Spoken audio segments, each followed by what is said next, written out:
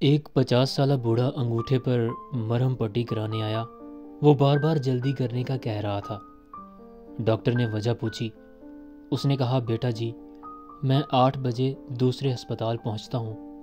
آندھی ہو، سیلاب ہو، بارش ہو، سردی ہو، گرمی ہو، میں کبھی لیٹ نہیں ہوا اور آج بھی نہیں ہونا چاہتا۔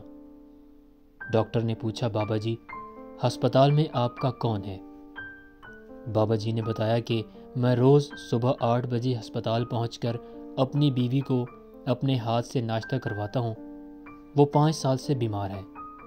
ڈاکٹر نے پوچھا، اسے کیا ہوا؟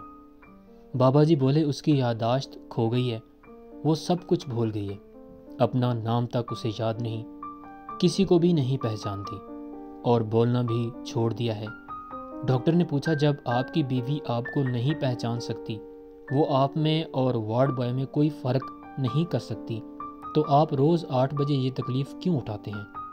بابا جی بولے، میں اس کا قرض دار ہوں۔ 50 برس اس نے مجھے روزانہ 8 بجے ناشتہ کروایا تھا۔ ہمارے ہاں نوکروں اور خادموں کی کمی نہیں تھی، مگر سردی، گرمی، بارش ہو یا آندھی ہو، وہ 6:30 بجے جاگتی اور اپنے ہاتھوں سے ناشتہ بناتی اور ٹھیک 8 بجے میز پر لگا کر میرا انتظار کرتی۔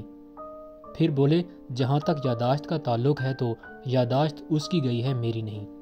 میں تو اسے پہچانتا ہوں، وہ آخری سانس تک میری بیوی ہے۔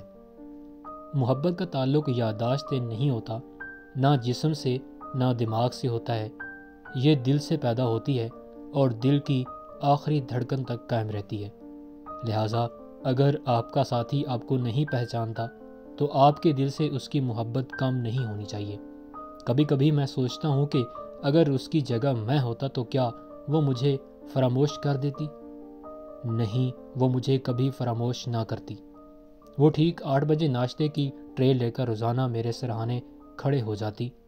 اگر میری یادداشت جانے سے اس کی محبت کم نہیں ہو سکتی تو میری محبت کیسے کم ہو سکتی ہے؟